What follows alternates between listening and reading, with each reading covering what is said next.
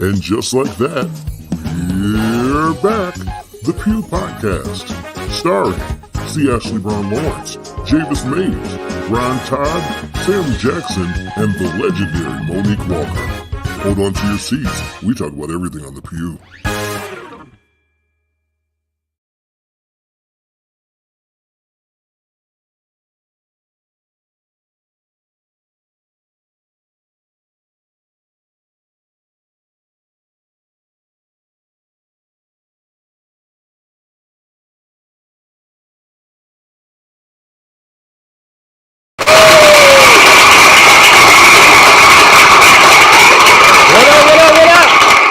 What's going on? What's up, y'all? Welcome to the Pew.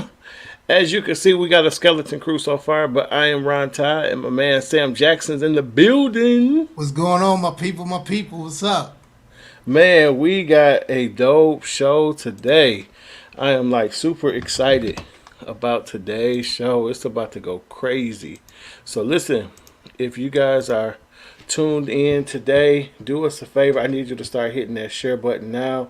Let everybody know that we're on and we have an incredible show for you guys today. I'm going to do the same thing. I'm making sure that I share because we want to make sure everybody, lottie-dottie, and everybody know what's going on tonight here on the Pew. Sam, what's going on with you, my man? Hey, not much, bro. Just, on spring break. So that's always a blessing. Just taking care of business, man, one day at a time. Enjoying life. We just had to play. Yes, We just had to sir. play, and it went well. So, hey, that's coming off. Still on that high, actually. Still on that high, bro. It did. It Looking went forward to super the next well. one. Yes, sir. Yes, sir. It did. It went super well. It's nothing like, after an amazing show, just, like feasting on that. Man, we had a really good time. Yeah. All right, let's see. We letting our folks know we here. Everybody do the same thing as you guys are coming in. Make sure you like and share. And don't forget to say what's up to us. We love to shout you out. Let everybody know that you're watching and we appreciate you and all that kind of good stuff. So as you come in, make sure you say hey to us. Let us know that you're watching. And we'll make sure that we say something back to you. Oh, yeah, for sure. All right, let's see who we got coming in so far. I see Renee Rogers says, hey there, Pastor Ron. And no, that's not a guest. That's Sam Jackson. He is one of the co-hosts here at the Pew. How So y'all what's doing? up? What's up, Renee? So good to see you. There's my assistant, Keisha says, greetings, Pew crew. Greetings to you, What's Keisha. up, Keisha? Keisha says, I didn't even get to meet you, Sam. Wow. Hey, it's all good. We got plenty of time for that, sis. It's all Yeah. good. We gonna be all right. We're going to make that happen for sure. Kevin Moore says, hey, Pew crew. What's up, Kevin? What's So good, glad to Kevin? see you. Kevin is my New York brother. So glad to see you tonight, Kevin.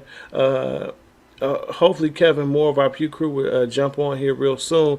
Mary Surgeon says, good evening, Pew crew. Good evening, Mary. Good to see you. What's up, Mary? How you doing tonight? Thank you so much for being here with us. MK Harris says, hello. Hello, MK. Good to see you. MK, I hope to see you at the play next week. Let's see. Cambria Mayfield is watching from YouTube. She says, hey, Pew crew. What's up, Cambria? What's going on? What's going on? Good to see you tonight. There is Savannah. Savannah, it's always good to see you. Savannah says, hey, Pew family. Hello to you, Pew. Renee says, yes. You got to keep up with us. Yes. Listen, as you guys are coming in, hit the share button. I'm telling you, this show here, you want everybody to be in on this. It's going to be, tonight is going to be a treat, I'm telling you. So make sure you let everybody know to jump on tonight. All right, hit that share button, hit it. Let's see, it's about 9:07, a little more. Y'all should be on. Come on, we got to get these numbers up. So hit that share button for me. Let everybody know that we are on and we have an exciting show for you guys.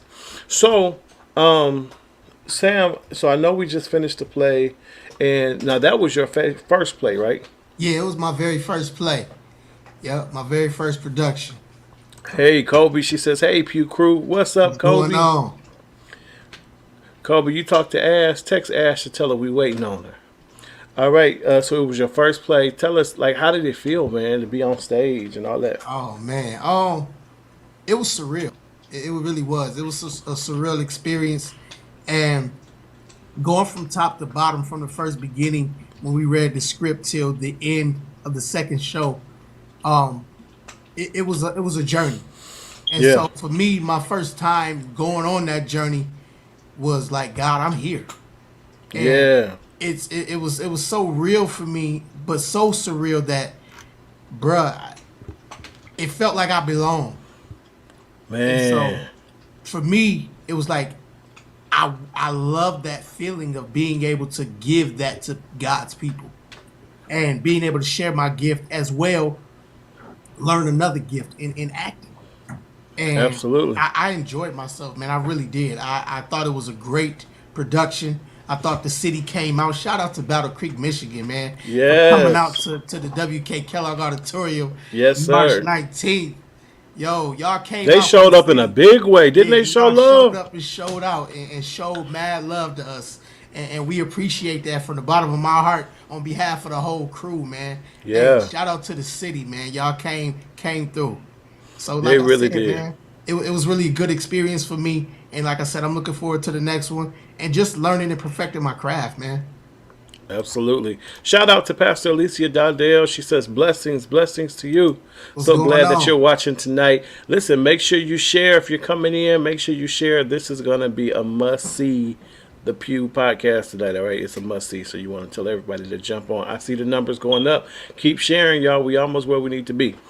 But that's what's up, man. I'm super excited about what God is about to do in your life. So many doors are opening for you, and it's your season, man. It's your time. Hey, thank you. To God be the Truly. glory for that, bro. Truly. So, of course, guys, many of you guys know that I have an amazing production, a stage play called A New Suit for Easter. It's taking place next Saturday and Sunday in Newport News, Virginia. So listen, it's 2 days, April 9th and 10th. There are two shows on each day. So on the 9th, you can go to 3 p.m. or the 7 p.m. show. On the 10th, same thing, 3 p.m. or the 7 p.m. show. VIP tickets are only $35. That includes a VIP reception and a meet and greet with the cast. Or general tickets are only $25. They're available on Eventbrite. You can cash app the time and date in your name to $ Round Top Productions and get your tickets at will call. I'm telling you, you don't want to miss this show. It's high action, but the message is really powerful. I'm telling you, some people would kill for a new suit for Easter. You don't want to miss it. It's at Full Gospel Kingdom Theater, 3114 Washington Avenue, Newport News, Virginia. Amazing cast. Next week, we're going to bring some of the cast members on so you guys can meet them. I think you definitely are going to want to check that out. Also, don't forget, listen, you got to get your Ron Todd oil. What's wrong with you? If you don't have this oil, you got to get into it. I'm telling you, this oil is for men and for women, and it smells so good. And one thing I love about it too is that it lasts literally all day. You put this oil on, it's not going to be harsh, but it's going to be strong and it's going to last you all day. So I want you to go to sunnydayscollection.com. The oil is available exclusively there. sunnydayscollection.com. Order your oil today. Listen, the small bottle is only $7. The large bottle is already sold out, but the small bottle is still in stock. It's only $7 online plus shipping and handling. Go to Sunny Days Collection today and get your bottle of that magical, wonderful Ron Tide oil. I'm telling you, Yeah. listen, that Ron Tide oil ain't to be played with. I'm trying to tell y'all, not just because it's mine. Yeah. Also, I know Ashley isn't here yet, but don't forget to get her latest single. It's called I'm Depending on You. It is available on all digital outlets. Make sure you support Ashley. She's got an album that's coming real soon, but until then, those of you guys who don't already have the single, make sure you grab it. It will bless you.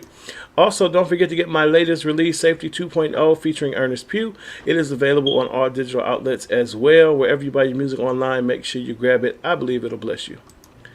All right. Well, listen, guys. Let's see. Did we get? All right. We got Pastor Darlene Bell. She has chimed in. She says, "Praise the Lord, Pastor Ron Todd and Pew Crew.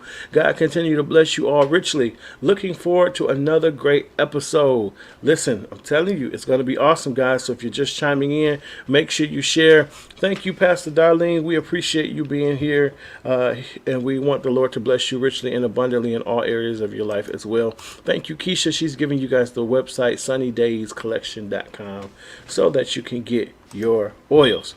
All right, y'all. You ready? You ready, bro? Let's tap in. We got through all of the what they call it, the preliminaries. Oh yeah. Now it's time to go in. It's time for Hot Topics.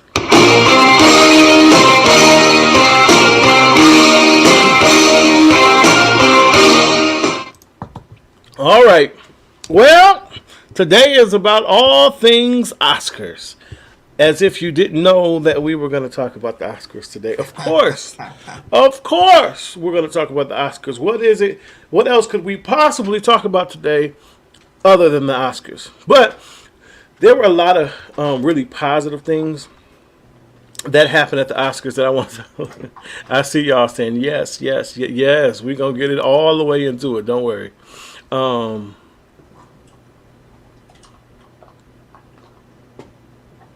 Let's see. We have a lot that we want to cover. There were some positive things that happened on the show, and we want to talk about those too. So we're not going to deal with the elephant in the room right off the bat, because I know y'all want us to deal with that, and we will. Don't worry. But there were some really positive things that happened in the show as well, like the opening. Let's check it out.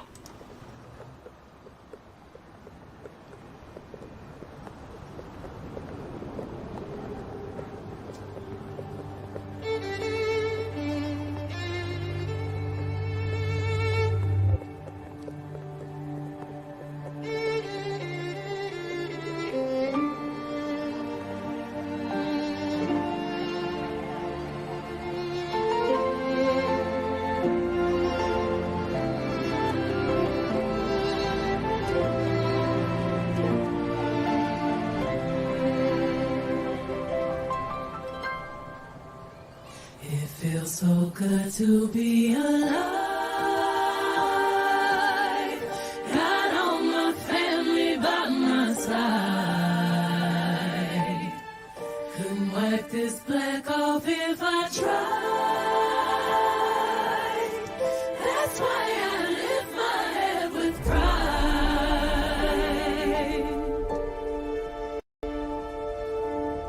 Oscars.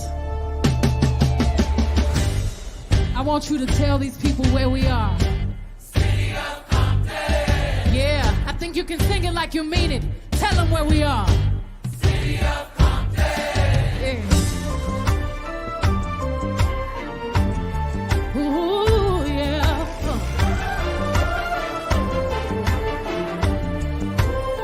Now break it down now.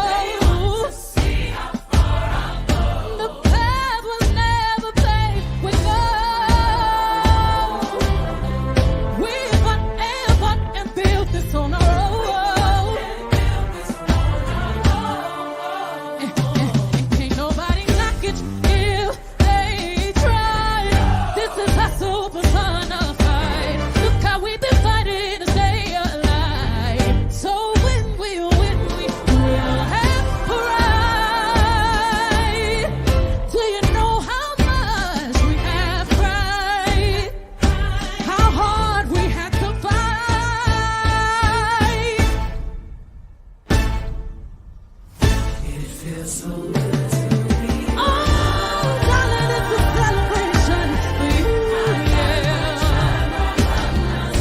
You're doing everything they said you couldn't do. Oh,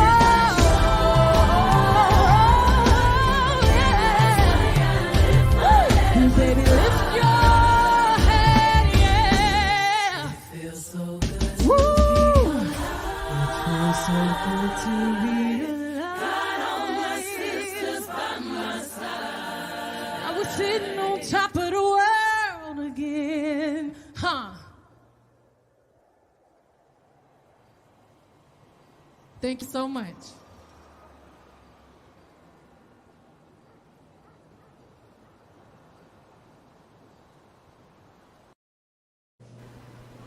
Man, can you say black excellence at its finest? Hey, Like, hey, hey, she showed out. bro, first of all, that's how you open up a show. I mean, with the whole orchestra, the whole band, the dancers, then the fact that they were in Compton. They went back to where Venus and Serena played. That was so dope. Yeah. Coming in on the horse. Come on. Yeah, that's dope. Don't not to mention, I loved it, Beyonce. Yeah. I love how she included. Yeah, Blue was killing it at the end. Did you see Blue? I'm like, whoa. Yeah. I just think it was black excellence at its finest, and it's almost so sad that we have an icon such as Beyonce who showed up and really gave us black excellence, and no one's talking about that. Right. That kind of makes me sad because I think that she, hey Christina, I think she really made us look good she represented the culture well. Oh yeah. She represented the culture well, and she looked very, very rich, very. Oh yeah. Very She was rich. confident. As she Oh, of always course. is. Why shouldn't she be? What caught me for real was the colors. Oh, that line. The colors was dope. The colors They- were they was- super They were dope. captivating. And then with her musical artistry and just the synchronization of the band and the orchestra and Man. also being all female. Stop It was playing. all female. Stop playing. She in that thing. And she been doing that for years now. You know what I'm Yes. saying? People go to they don't really tend to recognize that she rock with all females that's really going in. Yeah. Really going yeah. in. So I think that's super dope. But like, did you see like how all of the violins and everything, they were all mic'd up, but they didn't miss a note. no, The band did not miss a note. they was in there. They were in there. The singers, they were all mic'd. They didn't miss a note. And she always has great choreography. Always. I mean, Always. and it's just perfection. Yeah. Simply perfection. Yeah, it was incredible. So shout out to Beyonce and of course her incredible team who I just think, again, black excellence just represented it on a level that, and it wasn't risque. There was nothing sexual. It was none of that. It was classy. It was classy. Powerful message. Yes, sir. Like, that's what I'm talking about. Keisha says, I'm starting to appreciate her a lot more than I used to. She is the bomb. She is. I think so too. She's bringing more of an elegance to who she is now. As she's Not only getting older. that, go ahead, I'm sorry, Sam. No, you good. I was gonna say not only that, but she's representing the culture. She's very undeniably very black. Yeah. She's saying I'm black and I'm proud. And I'm gonna showcase that. Couldn't wipe this black off if I tried. I love those lyrics. Yeah, that's You dope. know, they want to see how far I go. I mean, she's talking about the struggle of our culture and how we've made it through so many things. And, can't nobody stop me if they try. This is hustle personified. These words are powerful. Oh yeah. Look how we've been fighting to stay alive, so that when we win, we'll have pride. Like these words are powerful. So I really appreciate her for that. Pastor Darlene says, very nice Oscar presentation. I agree. I just feel like as a culture, when we step into those type of arenas, we, to have class and grace like that and a powerful message, I'm just like, kudos. Yeah, Kudos, B. you gotta tip your hat. You gotta tip your hat because Yeah. at the end of the day, that's what it represents. And we as Black culture, we always get a bad name for some of the things that other African Americans do. You know, what I'm Right. saying? And it gets negated by something something that she did. You know what I'm saying? Bringing the culture and bringing the positivity, as they say, pushing P. They bringing the positivity. She did that. Yeah, Keisha said she did that. Oh my gosh. Absolutely. Absolutely.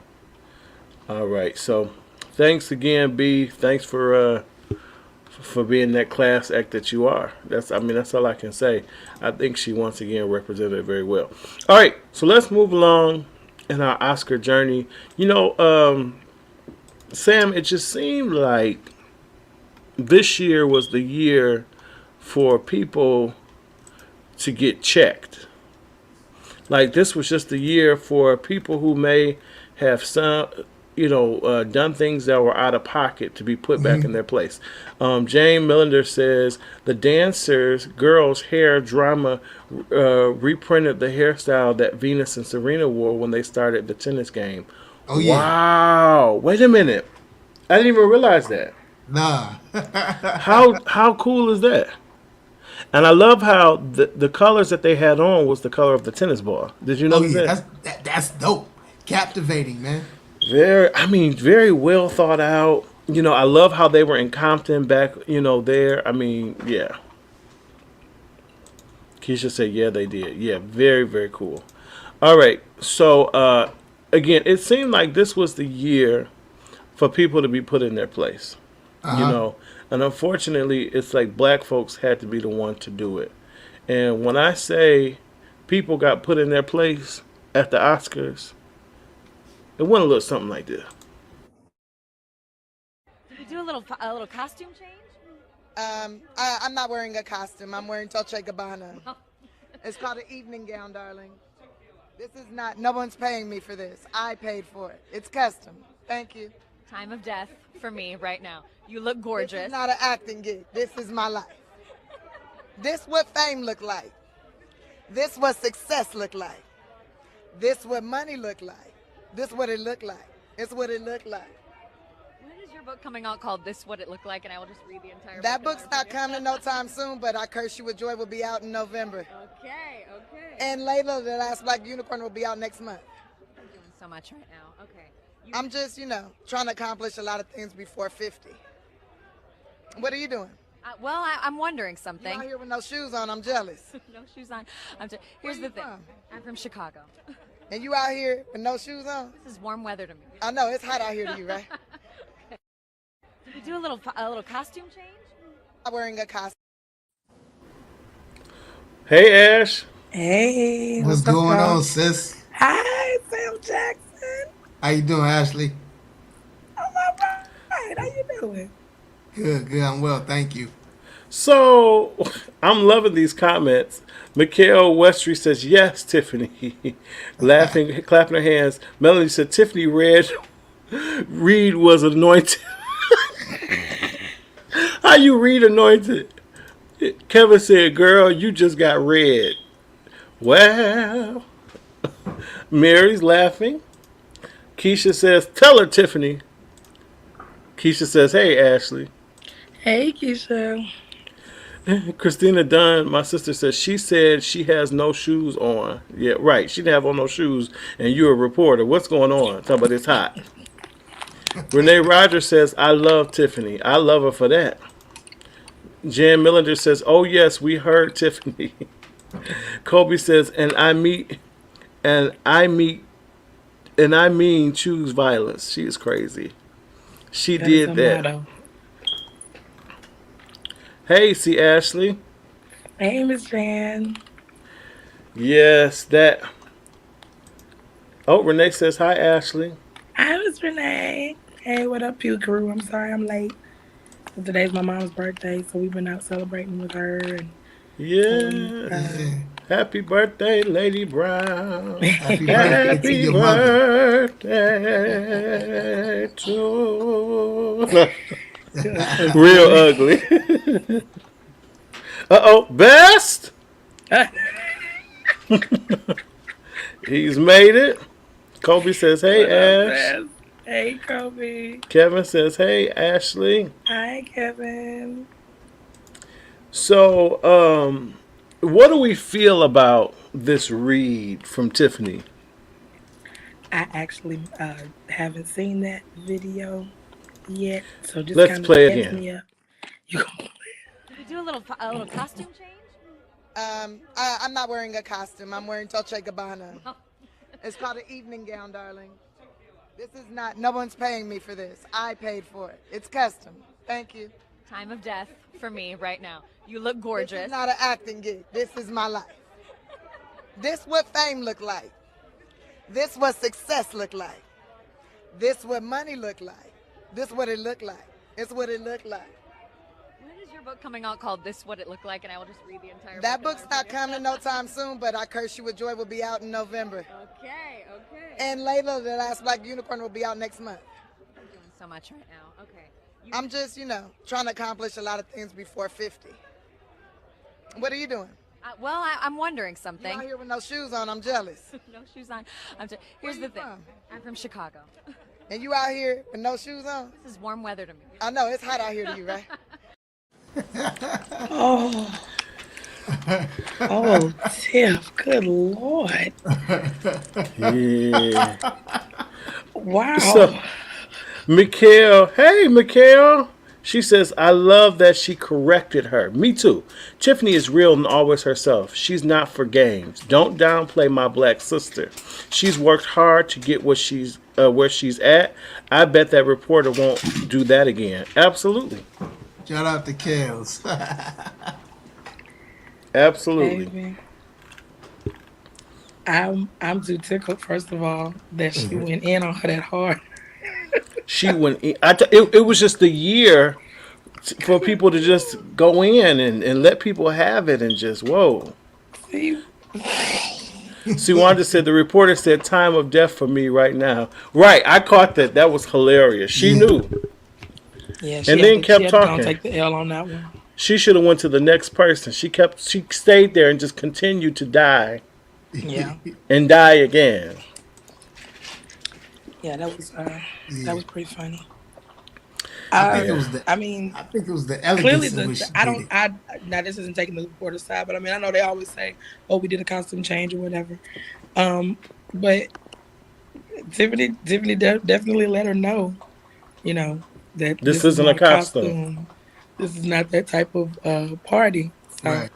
This I is think, Dolce and Gabbana. I paid for this. And custom. This Don't forget this custom. isn't right. This isn't a sponsorship. He said Please this is what money understand look like. This This is what what success money look and like. exactly. So I'm she trying let to her know. accomplish a lot before 50. What are you doing? I'm It was just- funny to me because I'm glad she corrected her. This is not a costume. Absolutely, Miss Jan. It's too funny. That is way too funny. All right, let's deal with the elephant in the room. I can't wait any longer. I just can't. So, Chris Rock is up doing what he do, talking about folks. Always, always coming for the person. My thing with these comedians, as a comedian, when I do stuff, I do little stand up.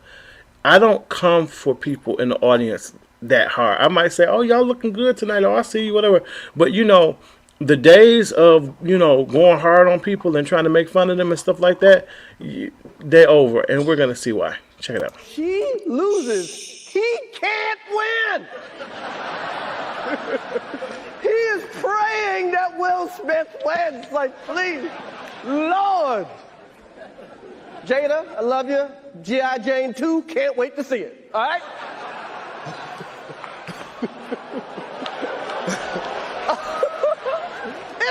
that was a nice one. Okay. I'm out here. Richard. Oh, wow. Wow. Will Smith just smacked the shit out of me. My wife's name out your fucking mouth. Wow, dude.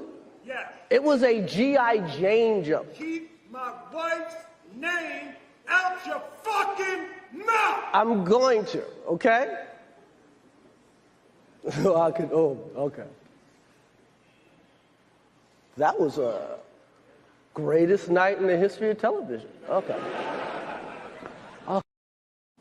Everybody hates Chris. No, I'm playing.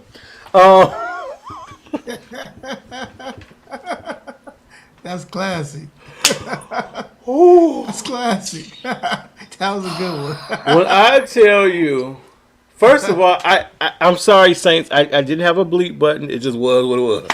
It was what it was. Sorry. But that's what was said, and yeah. But, okay, who wants to go first? Because I have so much to say. It's so much to unpack here. I don't care who goes first. I'll start us off. I've had a lot of different thoughts about this. I've seen a lot of different thoughts about it. From it being real to it being fake. Well, why did Will laugh at the joke? Or what tipped him off to be able to, did his wife look at him and say, hey, bro, go up there and handle that? Or what was it that made him go up there and do that? Was the slap real? Was it Hold fake? on. Bishop said, this is my bishop, y'all. He says, nothing that was said warranted that kind of behavior. He should have dealt with it in private. We need to stop making excuses for Negroes misbehaving. Oh, my. Well, there it is. Woo, there it is. But for me, I can attest to that. Like, it wasn't called for. I don't think, like you said, anything warranted that. But from the eye of people, they want to know, well, why did he do that? What was the motivation for him doing that? Was it just a joke, or was it his, like I said, was it his wife looking at him a certain way or saying anything? I think there has to be a level of maturity in Will's life, in line of work. But you know, I got to say something though, because I feel like that person that we saw on the Oscars is not the Will that we grew up seeing. No. I don't know who that person is. So I will venture to say that there is a deeper rooted issue going on than what we even could imagine. I mean, they've been very open and honest about, you know, Jada's infidelity, with Jada's alopecia issue, with many things. I'm telling you, ever since that Red Table came out, we just know all their business. But I think that Will is dealing with some bigger issues that go beyond how amazingly talented he is, which is why he's a now Oscar winner, which goes beyond the family that he's tried to build. He's got some issues that he needs to sort out. And I think what we saw was a cry for help. Because anytime you have a man of Will Smith's stature, that, how many times has he sat in an award? He's been in so many award shows, he's lost count. How many times has he been to an award show and they've digged on him or a friend or a family member and they went hard? You know, was it a tacky joke? Yes, it was. But you know what? Nothing warranted for him to get out of his seat, walk up in the middle of the Academy Awards, which, may I add, has not always been very black friendly as is. Not at all. Walk up there and slap him.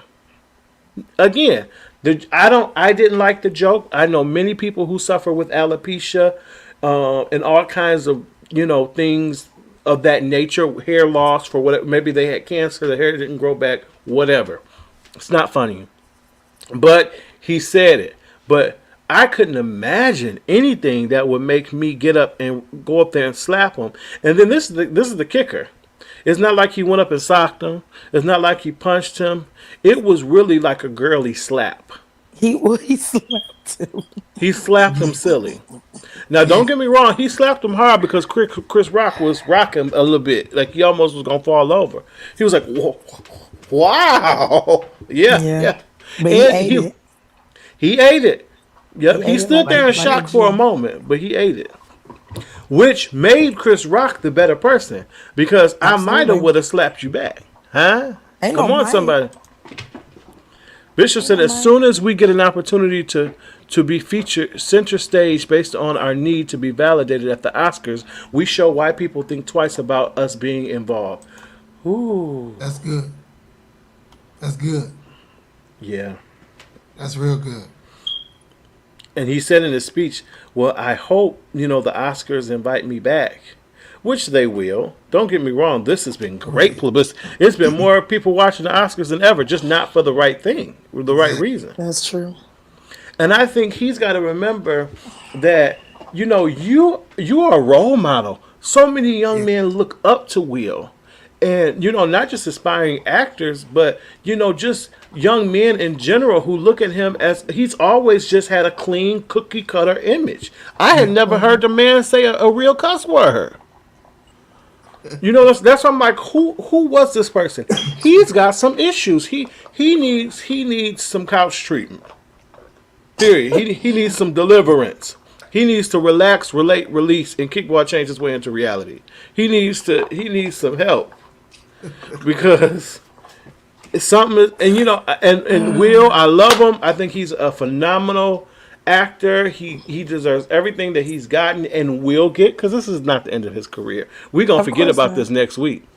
Right. Now, every time the Oscars come on, we're gonna laugh about it, but Ugh. we're gonna forget about it next week.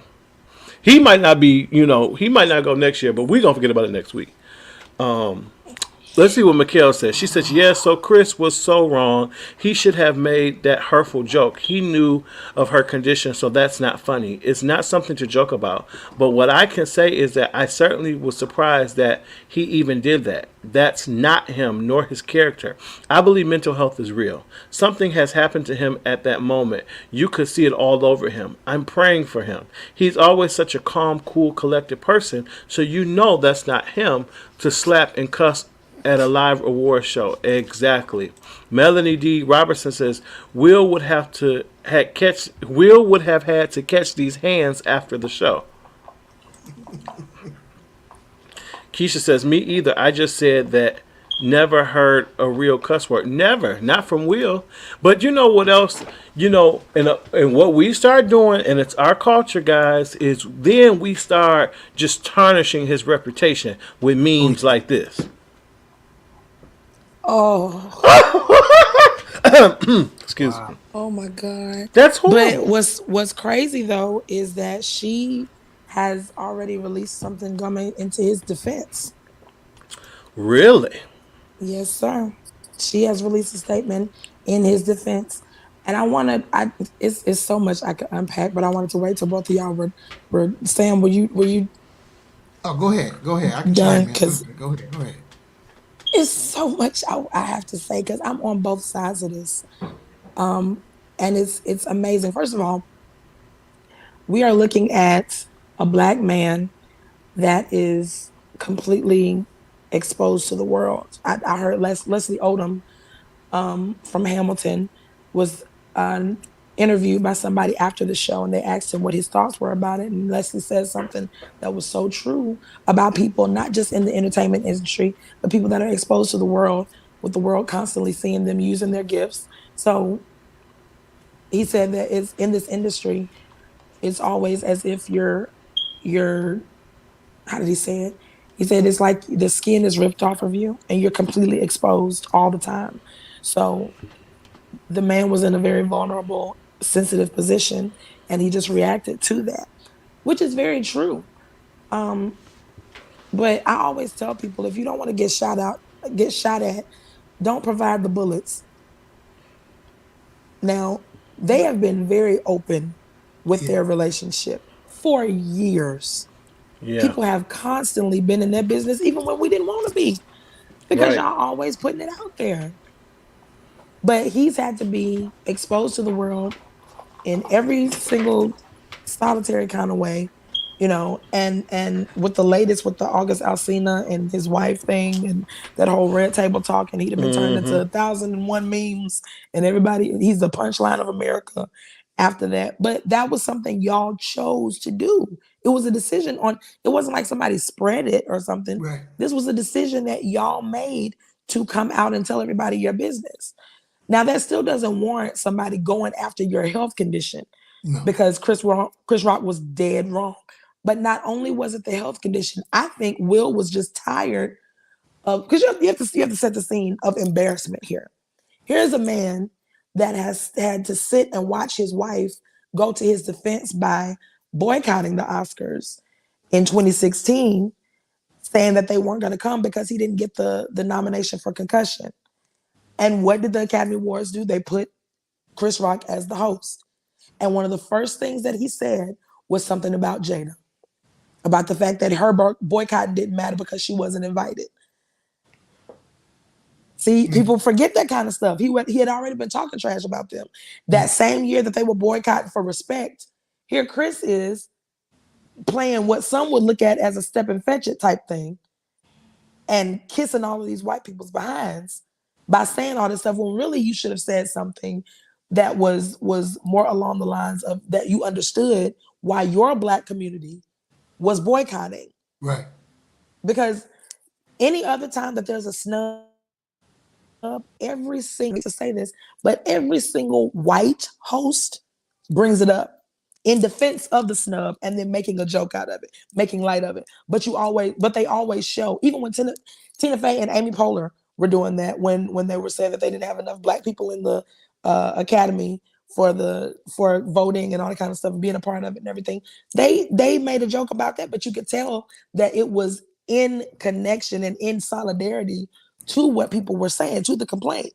But Chris was just making light of it and blasting them. And so now we finally made it to a point where we can actually have the respect that we boycotted for. This is a big night for us. They got us on the front row of the Oscars. And now here comes Chris Rock again. And now you shooting more shots. We never know. And my sister said this the other night when it happened. We never know what people's breaking points are. Exactly. We never know what people's breaking points are. And this man had a lot on top of him. Now you are trying to get to a place where this night, if you win this Oscar, this night could possibly turn things around for you. And you could garner people's respect again because they still talking about the stuff that Jada did. And you're still, that's just starting to quiet down. And now you're putting me in a position to where I could actually get some respect from people again. I could actually be looked at and people are going to respect my craft again. I'm no longer going to be a punchline.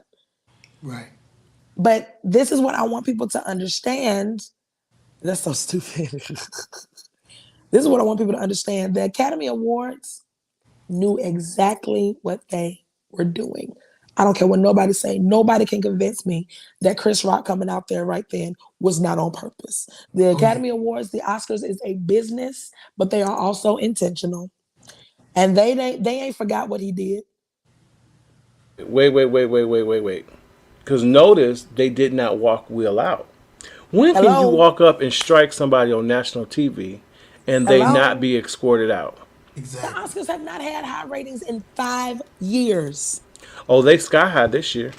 They knew what they were doing. And when I'm heard about, I'm embarrassed and I wanted to throw up because when you played it again, I couldn't even watch it again because it's too hurtful to watch. My heart was broken because this is a place where we have fought to be at.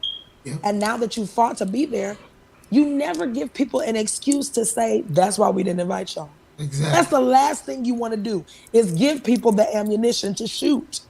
Now they got every reason to think twice about. They already thought twice because of who we were, period. Yeah. But now we've given them ammunition. And some people are going to say, well, who cares, man? Don't nobody care about them white folks. You better care about them to a certain extent because they're the ones that's handing out these little plaques and statues. Yeah. Bishop said, would he have slapped a white comedian? Never in a million years. Nope. And the awards knew that. But now here's another thing. I read about it today. The Academy Awards said that they were, and see, they're double-sided on this too, because on one interview they're saying that they really strongly considered walking Will out after that and excusing him from the show. But then on the other hand, they're saying that Chris Rock's joke about Jada was not on the teleprompter. No, I couldn't. That was off the top of his head. Yeah. So they didn't even know he was gonna say that. So you put him in a position to even what we gonna do? There's nothing that they can't listen. That's the beauty and the curse of live TV. We couldn't they nobody could say unless Will come back in his Men in Black outfit and put them shades on and flash us and erase our memories. We saw that. No matter how much the 2-second delay or the 20-second or the 30-second delay is, people in Australia was already sending it to us after the show was over with because we were the ones behind. Will took down his Twitter. You know, he wasn't saying anything for a while. It was a disgusting display, but it was a human display Yeah. of frustration and embarrassment. And Chris was dead wrong, but Will was dead wrong too. Because bruh, you've made jokes about a man with alopecia when you were on the Arsenio Hall show. Saying that he had to buff his head every day. Right. Savannah said, was this a cry for help, though? Let's say something like this was already addressed in private concerning Jada, and at this point, it's going to get publicly addressed. I say do it again, Will, and don't apologize. I'm not going to say Will do it again. I'm going to say, Will, get your Oscar, and in your speech, tell Chris at the end, meet me backstage because I'm going to whoop your tail. Like, do it right. We need to be accepted and validated by an Oscar. Stars get a pass. All of our people dance to the beat of the drum. We don't have time for this right now. We don't have time for this. No. We fought too hard to get a front seat at the Oscars, and there were he and Denzel were both front row. Like we did too much to get here, and one trigger is gonna take us off the top of our heads. Like, come on, man. Right. Jan says, I do not agree with the slap, nor do I with the joke. It appears there were many jokes about Jada. It was a big night for Will, and you came for his wife again. Will tried to laugh it off, but Jada's face was different. The reaction saddened me. Yeah. Like they knew what Chris was gonna do. They knew that it was a possibility that even if Chris didn't, because here's the thing, the Oscars knew that if Chris got up there again with Jada and Will sit on that front row, Jada and Will could have made him eat everything he said in 2016 if they had done this right. If they had done this right, and this man just joked about you not getting the nomination before for Best Actor, right? And now you've actually gotten it and you won. This could have been such a huge moment. Not to mention the fact that I was very disheartened by the fact that came at a time in the category where Questlove won for Best Documentary. For a Black documentary, a Black music documentary. But guess what? We didn't even we didn't even think about it. Plus, that's what I'm saying. It's not the fair. incredible performance by Beyonce was completely snubbed. Yeah, overshadowed by all of this. But now I will. Big night for Black people. Yeah, I will be honest. Will, I think he felt bad, but he was still happy about his Oscar. He was.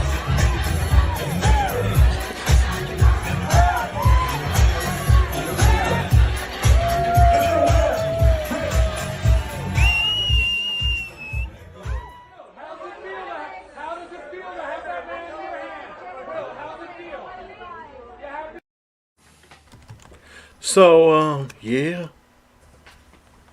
And I'm happy for him. God knows I'm happy for him. I wanted him because he did an amazing job in that movie. He deserved it. But you know how when you make a good grade on your report card, but then you screw up something at home and your mama is like, see, now I got to beat your tail, regardless of your good report card. Like it overshadowed it, and it's unfortunate. It definitely is unfortunate. And some people it just goes to show that us as African Americans still got a long way to go. Absolutely. We going against our own in that right. Making a joke Absolutely. about that man's wife is uncalled for, knowing her condition and being and we don't like this word, but being an Uncle Tom for the white people. Like, let's be real. Let's be real. This dude always been like that in his career. Yeah. You know, he's always he always getting ridiculed by other African American comedians because of the way he's always been. And it's got to come to a point like, bruh, like, when are you gonna stand up for your own and not Sambo for the white people? Right. Exactly. Dancing and shucking and jiving for the white people. Step and fetch. And I don't condone the slap from Will, because I expected a lot more because of who you are and what you stand for. Now, if it's a cry for help, because if it's a cry for help, then bro, get help. Right. But also, if it's built up frustration because of what you went through over the last few years by your wife being in a situation of infidelity, then you need some more healing. Yeah. Continually. You need to walk in forgiveness continually. Right. That's right. But Right. to smack a man in the face is uncalled for. On the biggest stage in the world? No, Right. man, we don't do that. Right. We don't do that. We And Where that's was his reflexes at? Where was Chris' reflexes? Because it would have been a high five, because you wouldn't even made it to my face. I would have been like, Right. Like he could Right. have at least moved out of the way or something, but it was like he stood there with his hands behind his back. like, smack me. Right. Because in a way, he probably knew, dang, I just messed up. Because he said all the joke was that wasn't as bad as y'all really think it was. And see, that's what people are not talking about, is the Right. fact that the way that the audience reacted to it Yeah. was crazy. That should have let him know then he had gone too far. Yeah. Because Yep. when he said all the other jokes, everybody laughed, everybody said, but when he did that, everybody, he was like, what? And they didn't show the audience. They went straight to Will and Jada. They Yeah. didn't show the audience, but they showed Chris saying, what? That was a good one. Come on.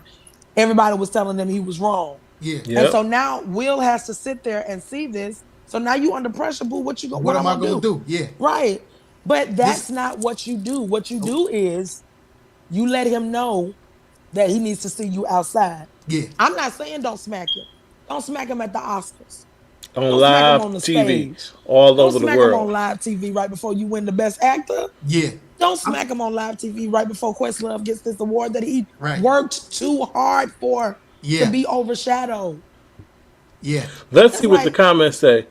Kobe says, I believe Chris needs to understand we are not in the Bernie Mac era where you can say anything and people just laugh it off.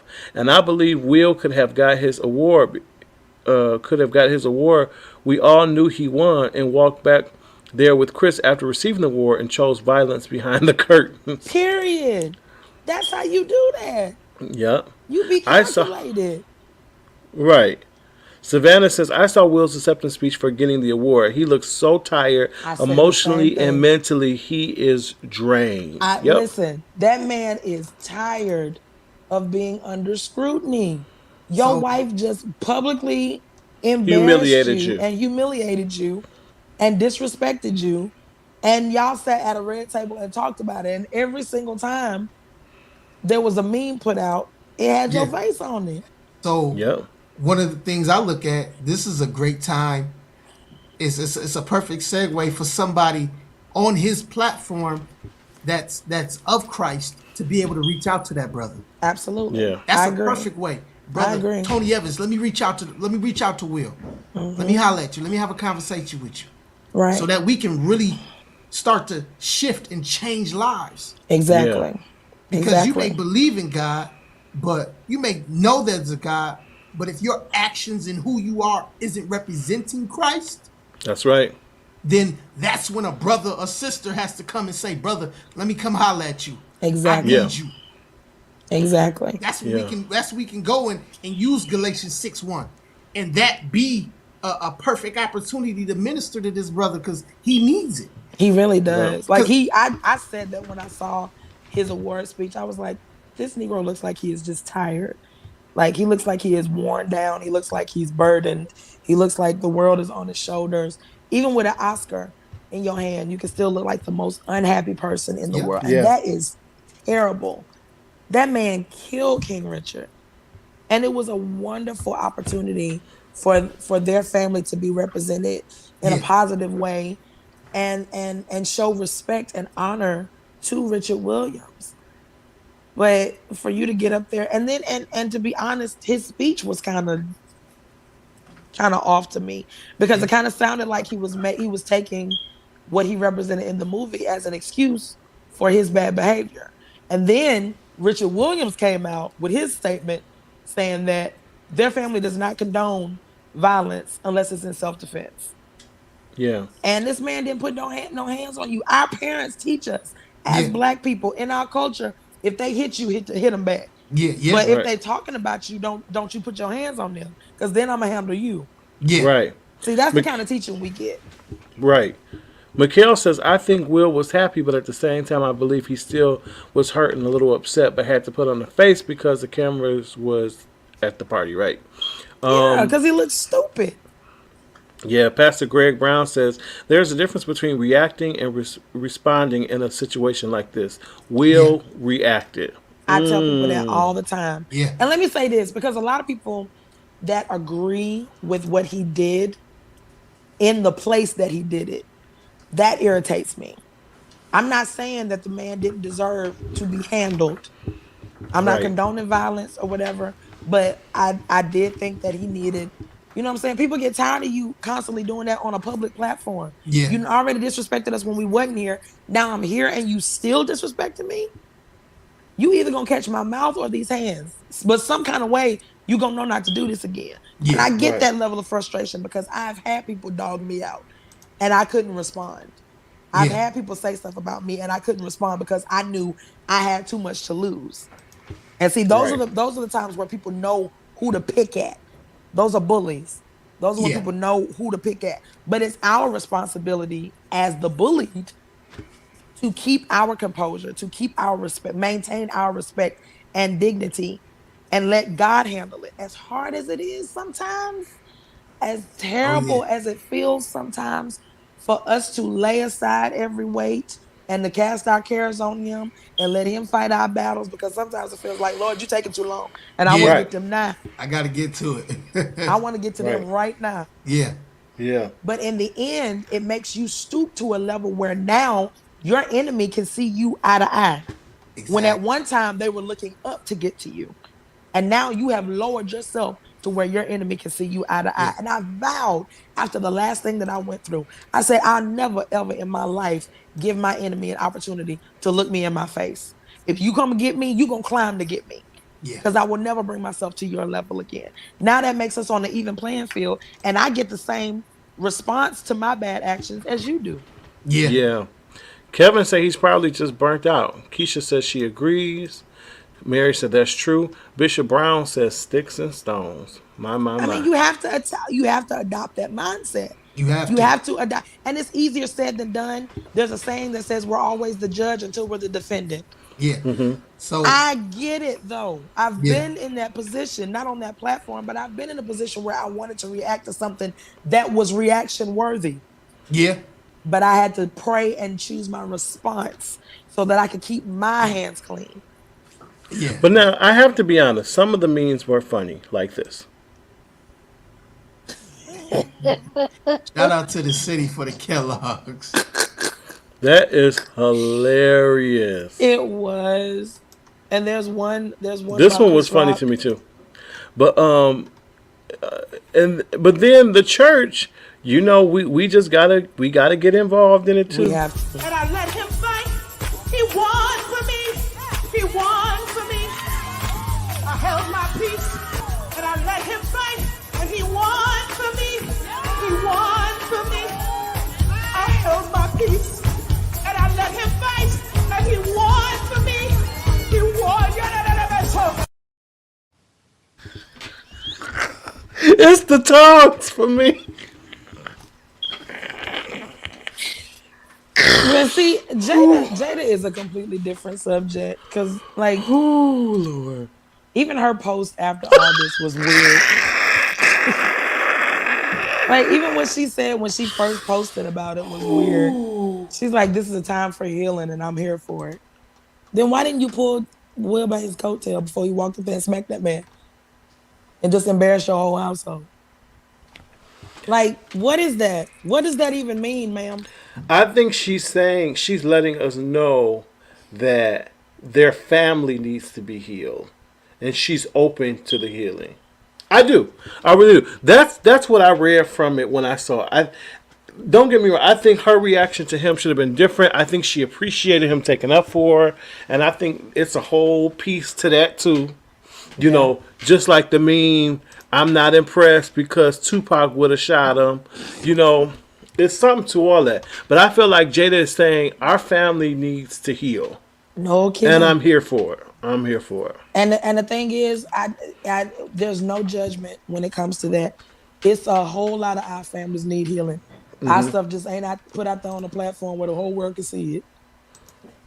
That's so right. Nobody can judge what their family needs, and it's just a lesson to be learned out of it. It's just self-control is a must. Like a must. It's not even an option. It's not. It's a must. And we in the Black culture, we have somebody said this on Facebook the other day. We in the Black culture have an affinity for applauding anger and violence. Like we applaud that. We glamorize it. You know, if somebody says, "I'm gonna you gonna get these hands," oh yeah, give them these hands. Like nobody is telling nobody to calm down in our culture no more. Right. Everybody is saying attack. Yeah. It's and horrible. then when this kind of stuff happens, we're divided on it. No. Right. Don't be divided now.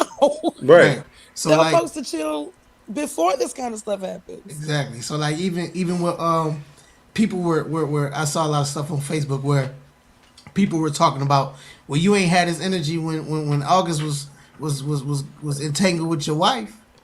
But one thing people have to understand is that situation is totally different. I'm sorry, but I was one of the ones that said that though. There's a different mindset and approach you have to have when you're dealing with infidelity, opposed to where Will was in that moment. Yeah. I think it's all a downward spiral though. Yeah. Like if he don't get no help, it is gonna be a downward spiral. And he's too good for that, is my thing. He's way, way, way too good of an actor for that. Like you have to think before you act. You have to. And you. But that's not like him. That's how I know it's a demon. He's dealing with a demon, and it needs to be cast out. You said a demon. Yep. But you know he's got to be ready. Is it a demon or is it just a bad decision? No, it's a demon, and he's not ready to. I'm not gonna go wrestle with it because I think it's a little. I'm not gonna go wrestle with it because he's not ready to release it. See, he gotta first be ready to release it and let it go, and then we can go work with the thing. But I'm not gonna wrestle with it. I think he looked at it as an opportunity to release some of that unforgiveness that he had already had in his heart that he didn't still think that was there. But see, this is the reason why it is imperative for Black people to talk. Yes, God. Talk about stuff. We love fighting. We love throwing blows. We love shooting stuff. We love doing that. But we don't want to talk about stuff. No. Why? Because that puts us in a position where we can no longer use our fists. Yep. You don't get applauded for using your emotions. No. Right. You never get applauded for vulnerability. Yeah. You don't get applauded for that type of stuff. You get applauded if you punch somebody out because emotions are weakness. But Will is the one that looked weak, smacking that man on the Oscars. Yeah. Because if you don't hit, throw a punch. Don't slap. That's what I'm saying. Like, knock him to his knees. You slapped him? What? I want to read what Kobe said. This is good. She said, I've learned you can emotionally respond, and you have to take responsibility. Jada and Will has had an open marriage, yet you have a red table talk about Jada's entanglement, trying to control the narrative. However, most of us only paid attention to the entanglement part of the red table talk and ran with it. Not that they was on a break during the entanglement. That's why I believe you don't put all your business out there, because now Will is suffering and he tried to handle it on the inside. Oh yeah, he's suffering for sure. Kevin says, when you have no control over your emotions, you really don't know how you'll react to different situations. But now here's my Ooh. answer. Here's my question to you two as black men. And I need an answer to this because one day I want to, God willing, I'll raise a black man. I live with a black man. A black man went half on me. But as black men, do you feel like it's hard for y'all to control your emotions or really have a handle on your emotions when they've never been acknowledged? Meaning nobody really taught y'all the difference between being vulnerable and being weak. Like, is that type of thing? Do you feel like as black men, y'all are taught at a young age to value the emotional side of yourself, or do you think that mostly the physical side of you is built up more? Mostly the physical, and I think our generation has had to learn from sins from the past. Because I think growing up, and this is nothing against our fathers, but I mean, it's not like they were telling us, like, you need to be in touch with your feminine side, or you need to be in touch with your emotions. Like that was not that was not present, between a man raising a man. I think that we've just learned as time has gone on the importance of being vulnerable and being open and learning how to communicate. And I think it's something that's still a challenge for many men, being open, being honest, being able to communicate. I thank God. And this is why it's so important to assemble. All right. People always say, well, why can't I just watch Bobby Jones, old episodes in rhinestone suits? No, because you need to come together and assemble with your brothers and sisters. And it's power in that fellowship. God says, where two or three gather together, I'm in the midst. So when you gather with your brothers and you get that camaraderie and you sharpen each other like iron, it's a powerful, powerful, powerful thing. I tell people all the time, well, why should I go to church? I'm telling you, it's like a network. You build this unbreakable bond with other brothers and sisters in Christ, and you continue to sharpen each other and strengthen each other. And I think those are the type of things that have helped me, I can say for myself, get more in touch with my emotional side and things of that nature. It's not something that was taught in the household. However, what I think our generation is doing better, and when I say that, I mean like Sam and I, with our children, is that we're teaching them the balance of it. Right. But it's not because we were taught this, I think our generation is really different.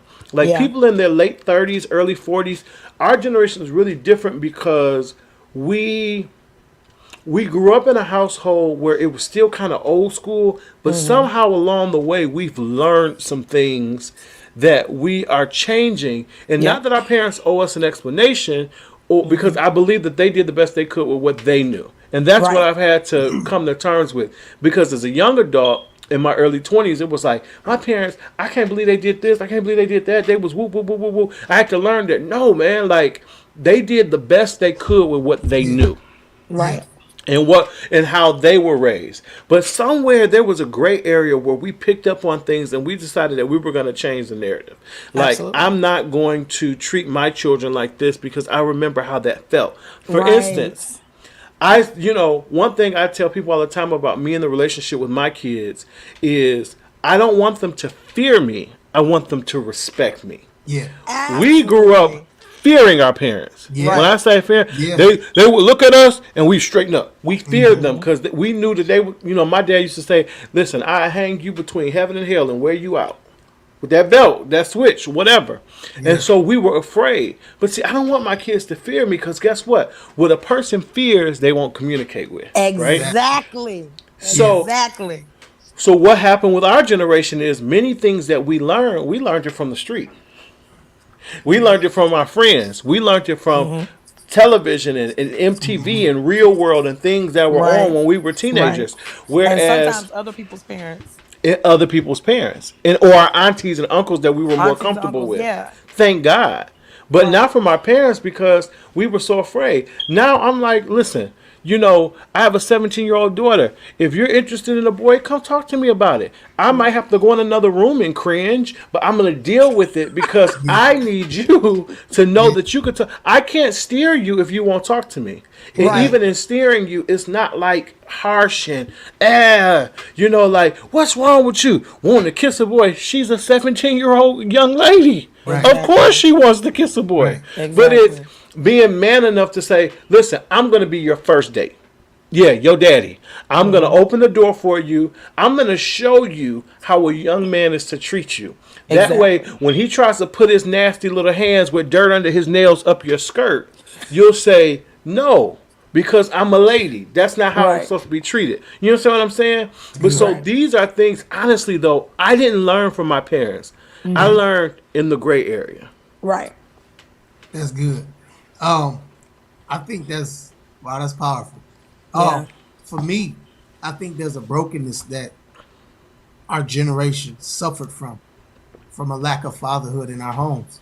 So we weren't taught to express ourselves from a man's perspective. Right. It was always from a woman's perspective, our mothers, our grandmothers, our aunts. And women are automatically given, they're solical, so they're already emotional. They know how to give you that side, but to see it from a man's perspective, it was never shown.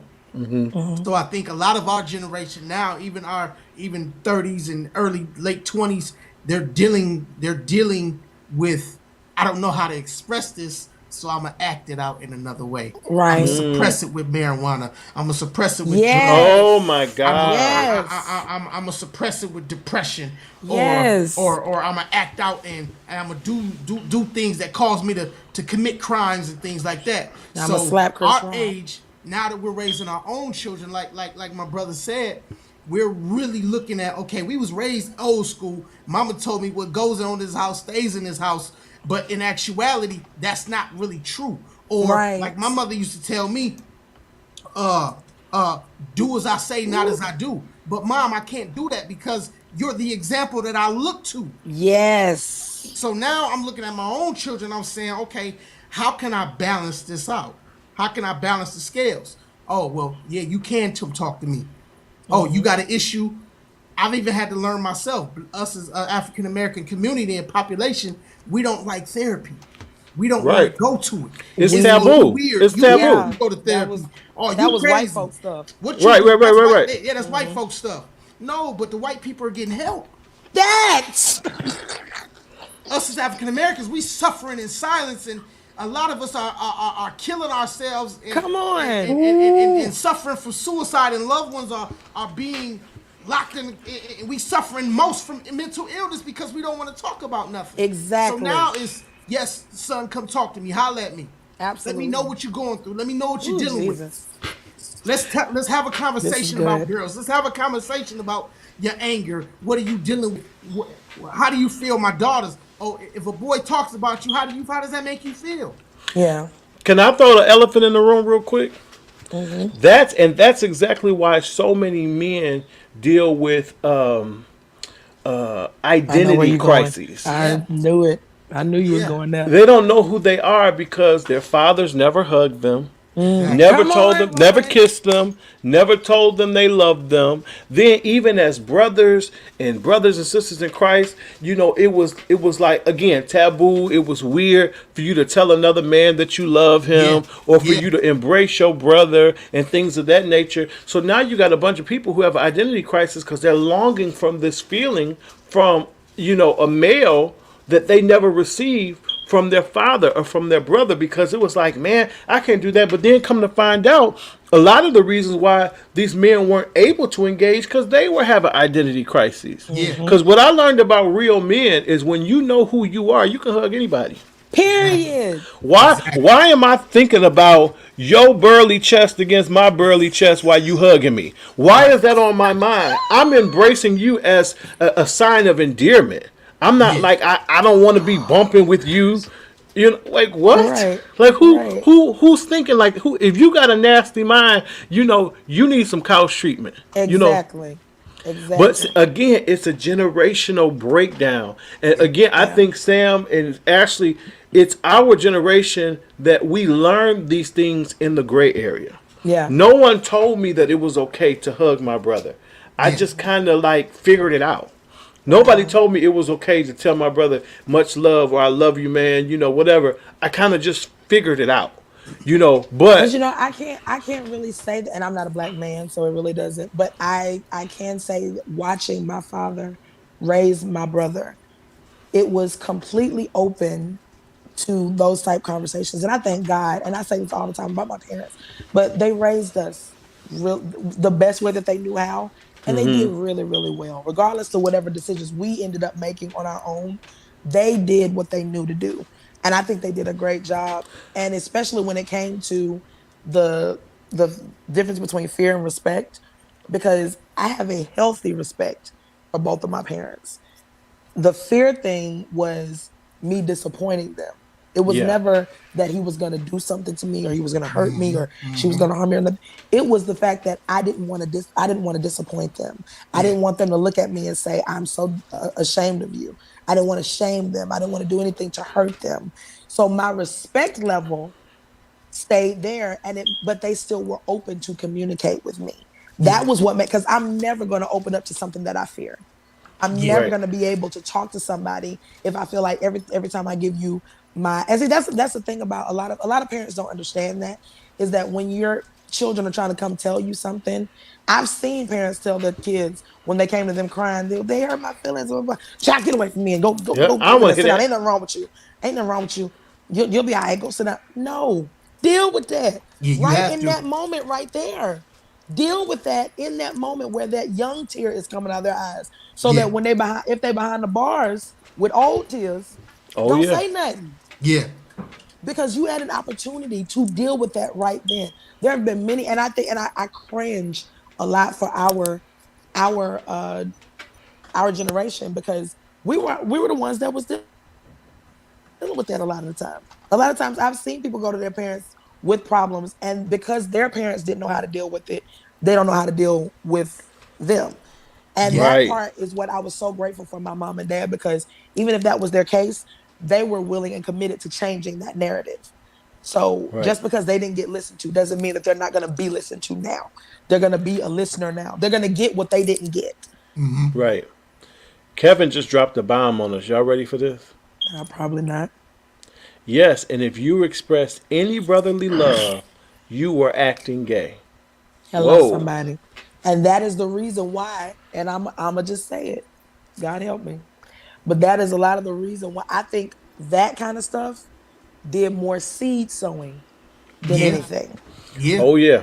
Because Yeah. them kids didn't know that kind of stuff unless you put No. it in their minds. Exactly. And now that's something that they don't run from, but some of them run to it, They Yeah. run to it. because that's the idea that's been planted in them. Yeah. The That's idea gay. that Well, what's it gay? right, or that it's for a man to hug another man is something wrong with it. Well, what's wrong with it? That's what I'm saying. And now they gotta go research this stuff. And Yeah. now their minds are being enticed by an idea that they didn't even know about. It's not just and this is what I want people to understand. It's not just the physical touch that plants a seed with molestation and rape and all that kind of stuff. Sometimes it's a mental touch. Yeah. Yep. It's a mental seed that's planted sometimes. And people have to know that. You have to be careful how you handle people. Ooh. Yeah. And what You you have to be very speak. careful. Some people walk around telling their kids, "You just as dumb as you look." What are you saying? So now Sit how your they gonna think stupid I'm- self down. Right. And see, there's two different ways. They're either going to go to one end of the spectrum or the other. Either they're going to rail against what you said, or they're going to walk into it. Yeah. Yep. You Our have to be words have power. You Words can't- are Yeah. seeds. Every word is a seed, Yeah. and wherever it falls, it's going to do what it was supposed to do. But you can't Yeah. take that back once you planted that seed. Nope. And when that Wow. tree Nope. grows up, don't say nothing. Yeah. Don't say nothing. It goes to say, the Bible tells us life and death are in the power of the tongue. They That's are. right. Those that love it eat the fruit thereof. There. So now we continually, oh, you dumb, you just like your daddy, you ain't gonna be nothing. Oh, no, don't do this, don't do that. Well, what are you really telling your kids? Right. You got to Right. speak life into them. And Right. even when it comes to them wanting to pursue dreams, and it may not be according to how you may see it, but I'm learning as I'm growing, and I'm learning, and I'm growing up my children. There's something that God's put on the inside of them. If this is something that they bring to you, Dad, I want to do this, then allow them to experience and be able to do it. As long as it's Absolutely. not going against Christ and his standard, then we gonna do it. Absolutely. And don't You know, crush them. just because you don't understand it. Yeah. It has to be a level of belief when it comes to understanding our children. Like children are innocent. They don't know. Yeah. They need to be taught. Right. And And the way that you my pastor respond to tells us- them. my pastor tells us all the time, God gives you children to give him back adults. That's right. That's good. So Isn't that good? if That's we're not good. giving our children the necessities that they need in order to survive and thrive as human beings and adults, then we're doing them a disservice. We're doing them a disjustice. We're not giving them what they need. Right. And we can't fault them because they're kids. You know, and you said something earlier that I know it had to be God that dropped it on me because I ain't smart enough to come up with it. But when you said that, you know, your mom used to say, what happens in this house stays in this house. That's not true. Because whatever comes out of us as children, it's based on a reflection of what we've seen in our house. So whatever is in this house ain't gonna stay in this house as long as I'm out in the street showing what's going on in my house. Yeah. That's right. Yeah. If somebody is constantly getting the short end of my stick, the first thing folks gonna say is something going on in her house. Yeah. That's Something going right. on at home. What happens in your house don't stay in your house. It lives in your kids. Yeah. And I see it all the time in the school system. It's kids, 16, 17-year-old kids paying bills. I can't do this. I can't be a kid because I got to pay the bills. I got to take care of mom. I got to do this. I got to do that. Well, wait a minute. Why? Why is there such a impoverished mindset in your household that the standard is my 17-year-old got to pay the bills because I'm not capable or I don't want to be responsible enough to be able to handle my adult responsibilities. Let me tell you something. I think it's nothing more despicable than a parent using their kid's social security number and things Or to their get name. bills in their name and cars.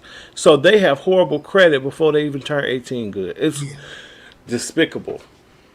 Which in today's society now, you got to start building your child's credit earlier and earlier so that when they do come 18, they don't have creditors coming to them when they 18 being deceived. And now I got to get a credit card. I don't know nothing about a credit card. So now my credit gets worse before it gets better.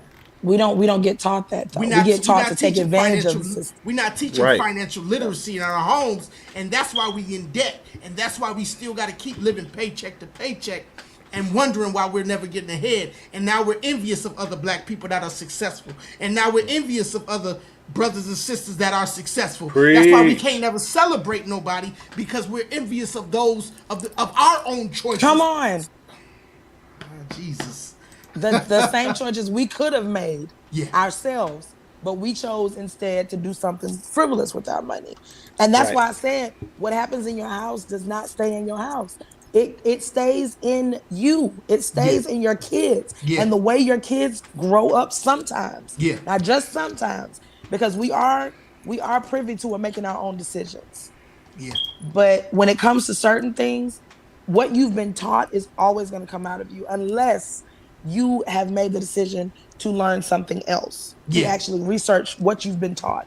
My daddy said that all the time, that he was kind of the rebel growing up because he questioned a lot of stuff that he was taught and nobody else would. Everybody just walked along with it. But he was the little kid that was always asking, why we gotta do this? Why we gotta do that? Why we believe this? Why we teach that? And my crazy self, in some cases, ended up being just like him. Because when people would tell me certain things, I'd be like, but why?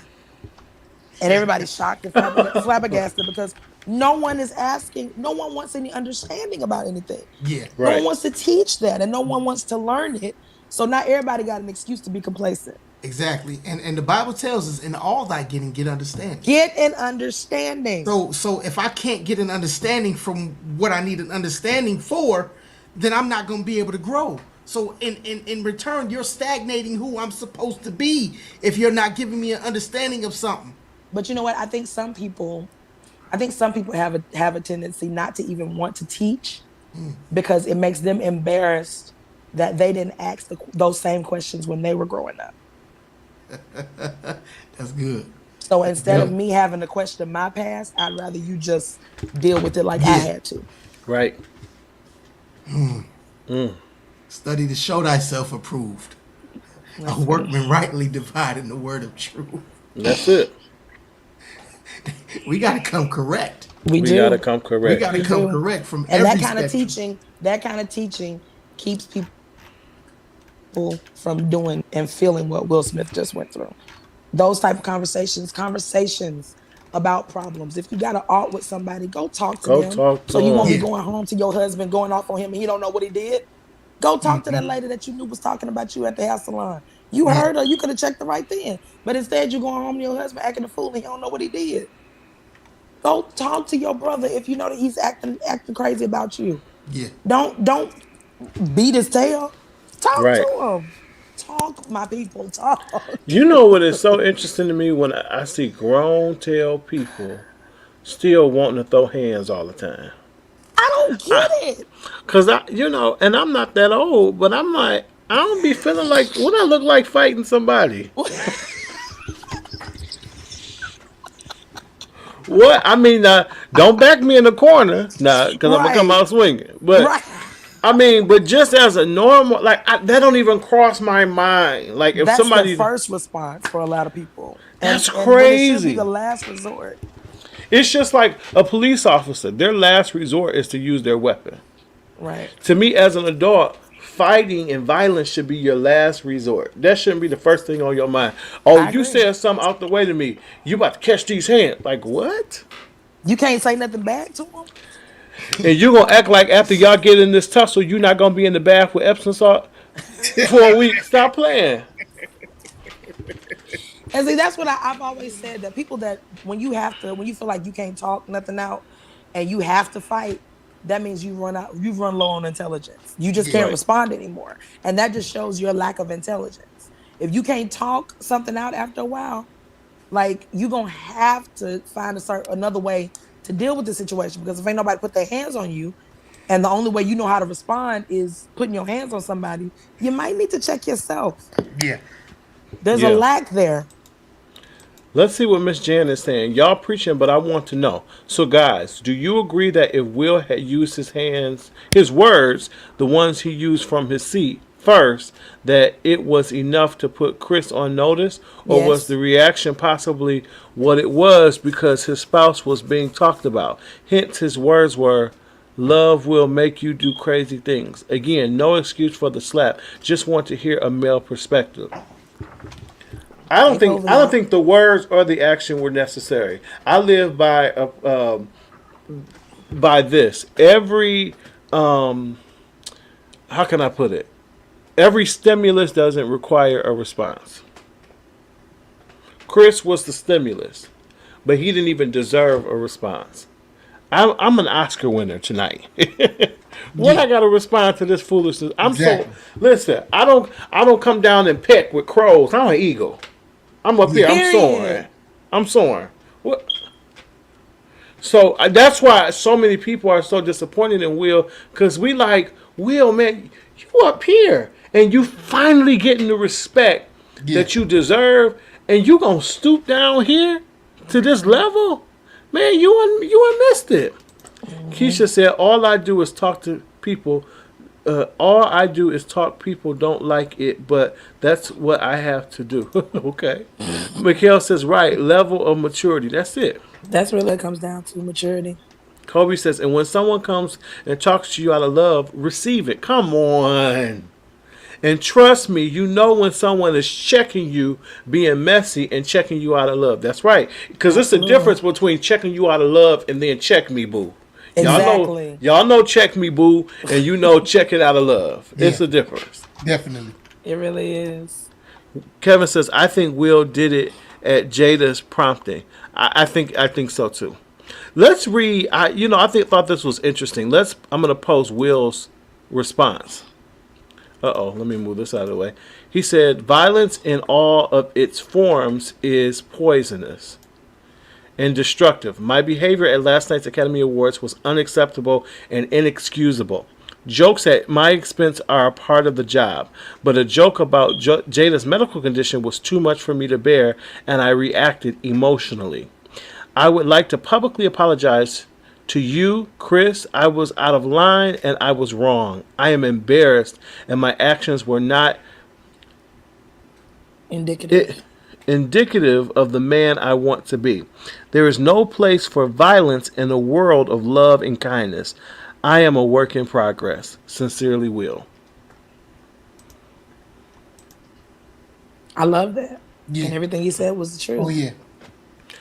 I love that publicist. He put it together for him real good. he told him to just, and he yeah. Because I know when it happened, that publicist was bumping his head against a brick wall, just like this one.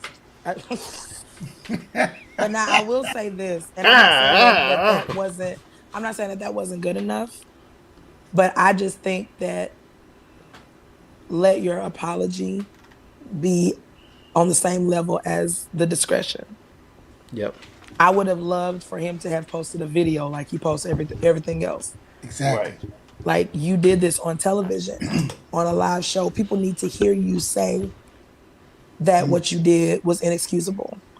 Like, they need to see that. Some people might think, well, he did that. That was enough.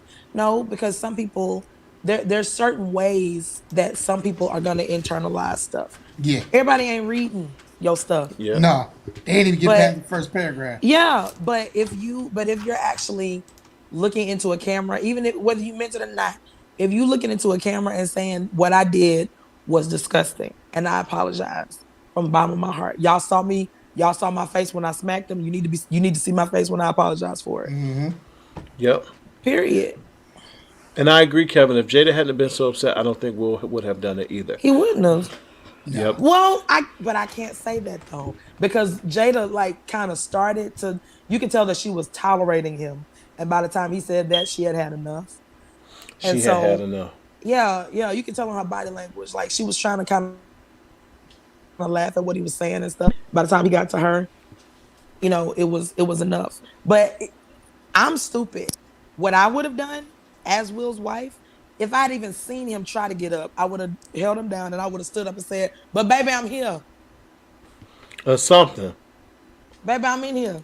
It's all right." And I would have turned around and twirled that big old long dress and let them people see me and sashayed around that place and sat right down in my seat. You know why? Because white folks would have seen me and my husband keep our respect, because this is why we fought to get here. Yeah.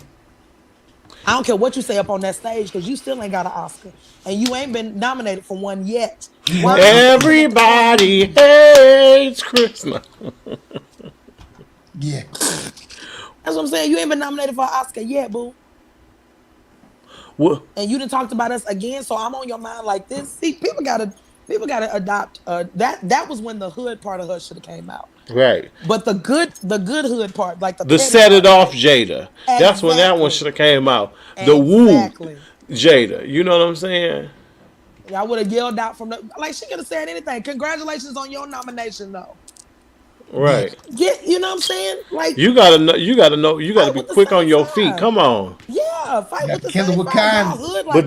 But that's how we know it was something so much bigger than what we even know. Exactly. That's what I'm saying. Like you gotta count all that. You gotta count the cost though. You really have to count the cost. Like, look at your seat, ma'am. He's sitting behind you when he comes off stage. He ain't up here with you. And you fought to get in a front seat, and this is where you are. And this is where you are. Fight to stay there. Yeah. Well, listen, guys, we are way past our time, but this conversation was so necessary. It was wonderful. It was necessary, and I hope everybody enjoyed themselves. Go get you some Honey Smacks.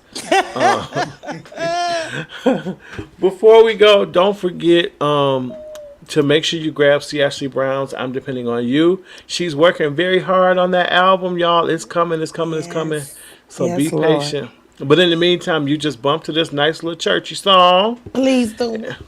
And it'll get you right on through. Don't forget, if you haven't gotten your tickets to A New Suit for Easter, grab them. Come on down to Virginia and be with me next weekend. Yes. It's going to be so awesome. Also, if you have not gotten your Ron Todd oil, you better listen. It's unisex. It's for men and women. And when you roll this oil on, I'm telling you, they say Izzy Miyake, Izzy make you dizzy. You put this on here. Listen, married folks, the bedroom is not defiled, but I'm telling you, You are so. it's wonderful, and it lasts all day. It's exclusively at sunnydayscollection.com. You guys go to Sunny Days Collection and make sure you get your oil, and then you can smell good like me. How about that? Period. My boy. All right. Also, Sam, he's got some more projects coming up, some more stage plays that he'll be able to talk about real soon. So we're super excited about that. Y'all stay tuned. Sam just killed it in a play called Time and Time Again in Battle Creek. So we're excited about what Sam's got going on as well. City. Awesome. Yeah. I'm also in the play. When, Ashley? Next month on May the 7th. It's called A Father's Prayer.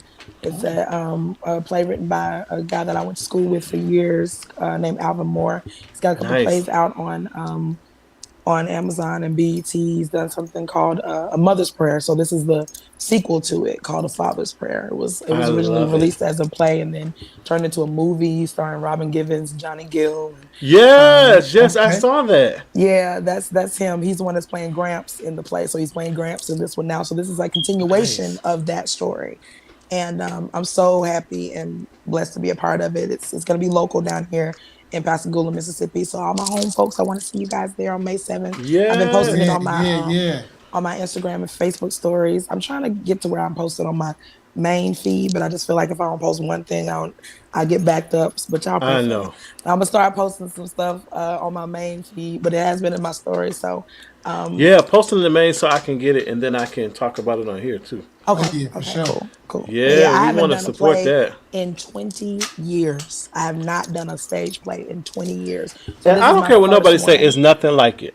Oh man, it's a wonderful feeling to be doing this again. Like I remember like all the memories from back when I was like 16, 17 doing this, just all flooded back to me now. And it's so much fun. The cast is so lighthearted and talented and it's just amazing. So I'm really, really happy to be a part of it. I'm so proud of Alvin coming from Moss Point and doing such great things and then allowing me to be a part of it. You know, he's cast my little brother in one of his plays and my husband in another one. So now I get a chance to do some stuff with him. So I'm really excited about it. Yes, that is awesome, Ashley. Thank you. We better do this, thespians. Do this. Let's go. Hey. Let's go. I want to see some Christians at the Tonys. What's up? What? Jan says, keep me posted, Ashley, on the play. I will, Miss Jan. She's so supportive. I love her. Mikhail says, thank you guys. I enjoyed you all. Have a great night. Thank you for being here. Yes, we really appreciate it. Kels. Sam, it's so nice to meet you, bruh. Hey, nice to meet you as well. Finally. Mary says, yes, this was a great episode. Thank you. Ashley Wagner. Oh, Wagner. I'm nominated for 3 awards called the Voices of Gospel Music Awards down here as well. Okay. Nice. And, that's what's up. So that voting process is already underway. I have to send you. I ain't been sending you nothing, Ron. I'm sorry. I know. I'm sorry. I'm just working my one little flyer. I'm like, I need some more material. You know, can you send me some material? I'm gonna be co-hosting the Rhythm of Gospel Awards. Yes, that's so exciting. June. Yeah, and I'm really excited about that. Me and Maurice Griffin are co-hosting that, and yes, I'm nominated for 5 of those. So hopefully, wow. Hopefully you're gonna walk away with all 5. Amen. Oh, praise please! God. I claim him in Jesus' name. And I'm nominated for 3 of the Wagner, so I'm just really excited. And then my new single is going to be released in a couple of weeks, so I'm very excited about that. So God is just doing some great things. And yes, He is. Wherever I am glad. Amen. I know that's right. Yeah, so I'm really excited. Me too. Well, we missed Javis and Monique tonight. Monique was trying her best, but you know she's doing the work of the Lord. Hallelujah. But thank y'all so much for watching us tonight. We'll see you Next week, same time, same place. Remember, we love you for free. We'll talk to you next week on The Pew.